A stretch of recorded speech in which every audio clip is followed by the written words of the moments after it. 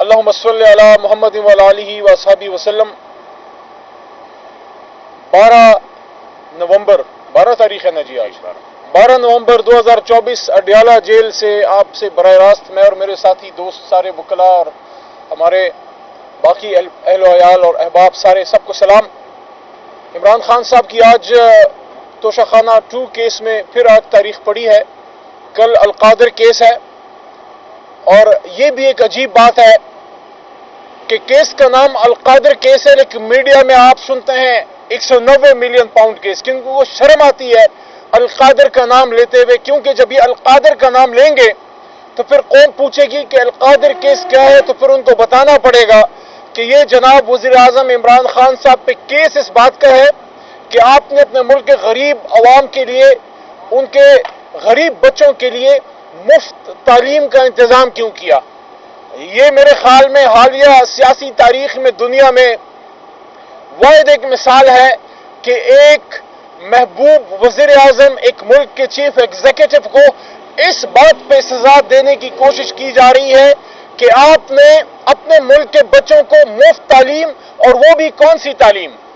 دین کی تعلیم۔ حضور صلی اللہ علیہ وآلہ وسلم، صحابہ کرام رضی اللہ عنہم اجمعین اور اہل بیت اور اسلامی تاریخ، ہمارے زعماء، ہمارے علماء اور اسلامی تاریخ کے سلف سالفین کے بارے میں، اور ہماری جو درخشندہ تاریخ تھی اس کے بارے میں ہمارے بچوں کو آگاہ کرنے کے لیے، صوفیزم سکھانے کے لیے، دین سکھانے کے لیے۔ اور صوفیزم کیا ہے؟ محبت ہے، پیس ہے، امن ہے۔ تو یہ آپ کیوں سکھا رہے ہیں اور پھر مفت کیوں سکھا رہے ہیں؟ تو کیس ہے عمران خان پہ القادر ٹرسٹ کیس کا، اور جہاں ٹرسٹ کا نام آتا ہے تو ٹرسٹ کا مطلب یہ ہے کہ جب ایک ٹرسٹ بنتا ہے تو آپ کا اس سے بینیفیشل اکاؤنٹ ختم ہو جاتا ہے، آپ کا اس سے مفاد ختم ہو جاتا ہے۔ تو جب آپ نے سزا دینی ہوتی ہے تو پھر کسی شخص کو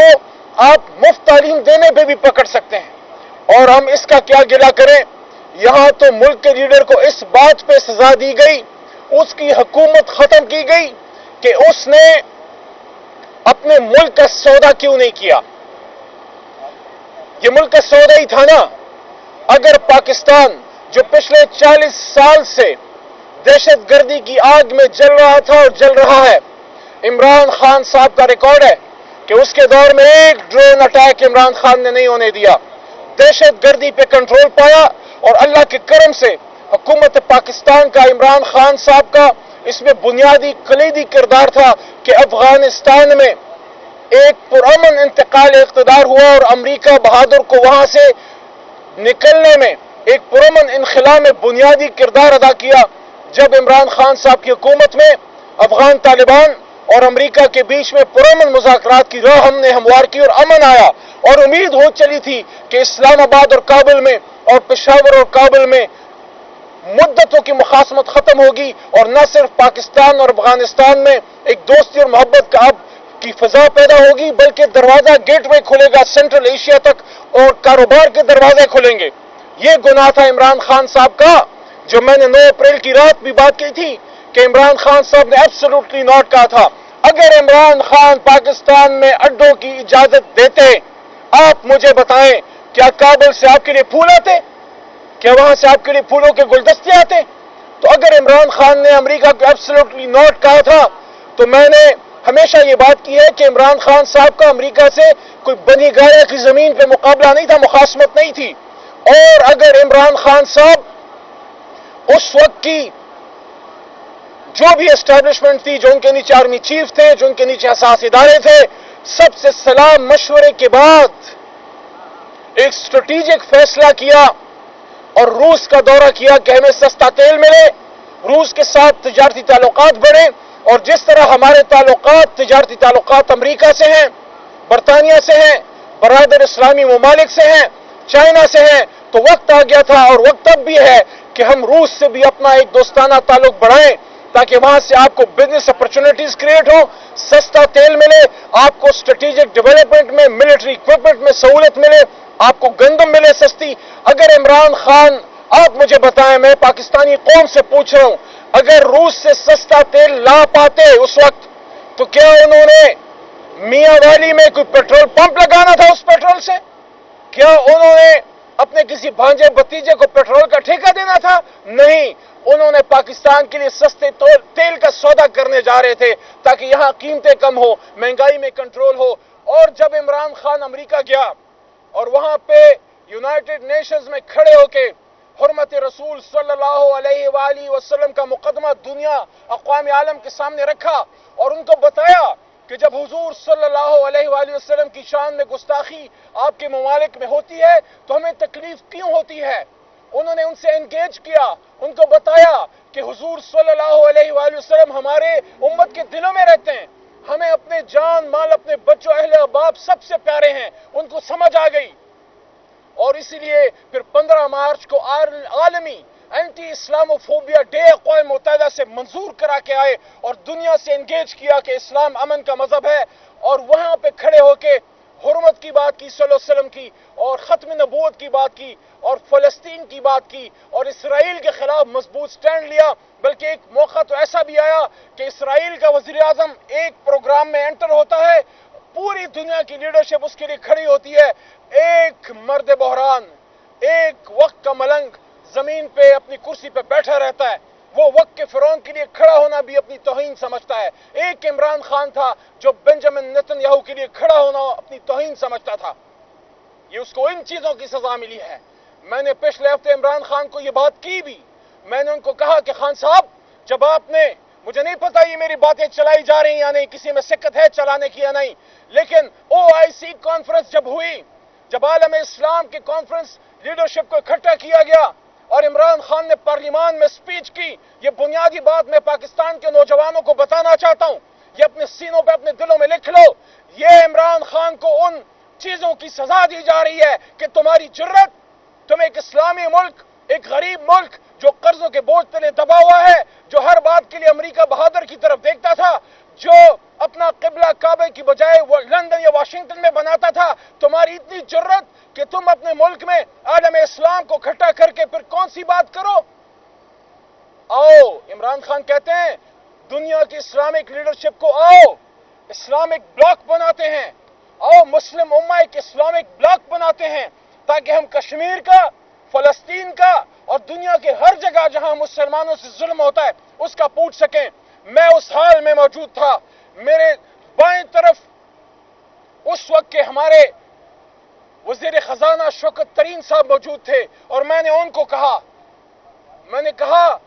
میرے دل میں کھٹکا لگ گیا ہے، میرے کان کھڑے ہو گئے، اس بات کے بعد شاید عالمی اسٹیبلشمنٹ عمران خان کو مزید اقتدار میں نہ چھوڑے، کیونکہ جب عالم اسلام کے اتحاد کی بات شاہ فیصل شہید نے کی، اس کے ساتھ کیا کیا؟ جب عالمی اسلام کے اتحاد کی بات بھٹو صاحب نے کی، اس کے ساتھ کیا کیا؟ ان کو صدام حسین بڑا پسند تھا، لیکن جب صدام حسین نے اللہ اکبر کا نعرہ لگایا تو اس کو عید الاضحیٰ کے دن پھانسی چڑھایا، اور جب یہ بات انور سادات نے کی تو اس کے ساتھ کیا کیا؟ اور جب یہ بات شاہ فیصل شہید کے ساتھی یاسر عرفات نے کی تو اس کے ساتھ کیا کیا؟ اور بڑا ان کا آنکھوں کا پیارا تھا، راج دلارا تھا، لیکن جب معمر قذافی نے عالم اسلام کے لیے بات کی تو اس کے ساتھ کیا کیا؟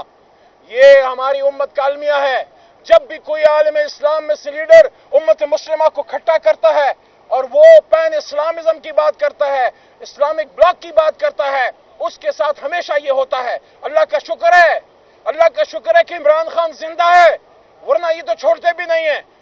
میں یہ کہتا ہوں کہ اللہ کے بعد 25 کروڑ عوام عمران خان کی زندگی کی ضمانت ہیں، کوئی عمران خان کی طرف دیکھنے کی جرت بھی نہ کرے، کیونکہ عمران خان اور آپ کے بیچ میں 25 کروڑ عوام حائل ہیں۔ اس لیے ہم یہ کہتے ہیں ہوش کے ناخن لو، جتنی تباہی کرنی تھی کر لی، جتنا نقصان پہنچانا تھا پہنچا لیا، قوم اپنا فیصلہ سنا چکی ہے۔ 8 فروری کے دن قوم اپنا فیصلہ سنا چکی ہے، قوم عمران خان کے ساتھ ہے۔ اور جب رجیم چینج ہوا تھا، یہ اس وقت کے آرمی چیف اور اس وقت کے حساس اداروں کے سربراہوں اور پورے پاکستانی قوم کی اور ہماری اسٹیبلشمنٹ کی، سول ملٹری بیوروکریسی کی، جج صاحبان کی ذمہ داری تھی کہ عمران خان نے جب قوم کے لیے سٹینڈ لیا، عمران خان نے جب پاکستان کے لیے کہا کہ ایبسولوٹلی ناٹ، تو ان کو سب کو اپنے وزیر اعظم، عمران خان نہیں، وزیر اعظم پاکستان کے ہاتھ مضبوط کرنے چاہیے تھے، نہ کہ ڈونلڈ لو کی ایما پہ عمران خان کے اقتدار میں پیٹھ سے پیچھے سے خنجر جو ہے وہ گھونپ دیا گیا۔ اس لیے تو کہتے ہیں کہ طاق میں دشمن بھی تھا اور پشت پہ احباب بھی، تیر پہلا کس نے مارا، یہ کہانی پھر صحیح۔ انشاءاللہ یہ قوم ٹیپو سلطان کی تاریخ دہرانے نہیں دے گی۔ ایک ٹیپو سلطان کافی تھا شہید ہونے کے لیے، عمران خان زندہ رہے گا، باہر نکلے گا اور 25 کروڑ عوام کی لیڈرشپ کرے گا۔ اور یہ بات عمران خان کی طرف سے کہنا چاہتا ہوں آپ کو، عمران خان کوئی انتقامی سیاست پہ بلیو نہیں کرتا۔ عمران خان جب باہر نکلے گا، جب وزیر اعظم پاکستان بنے گا، وہ سیاسی انتقام نہیں لے گا، وہ لوگوں کو اپنے انتقام جیلوں میں کبھی نہیں ڈالے گا۔ ہاں، جس نے غلط کیا ہے عدالتوں میں اپنا جواب ضرور دے، لیکن عمران خان کی لڑائی غربت سے ہے، بے روزگاری سے ہے،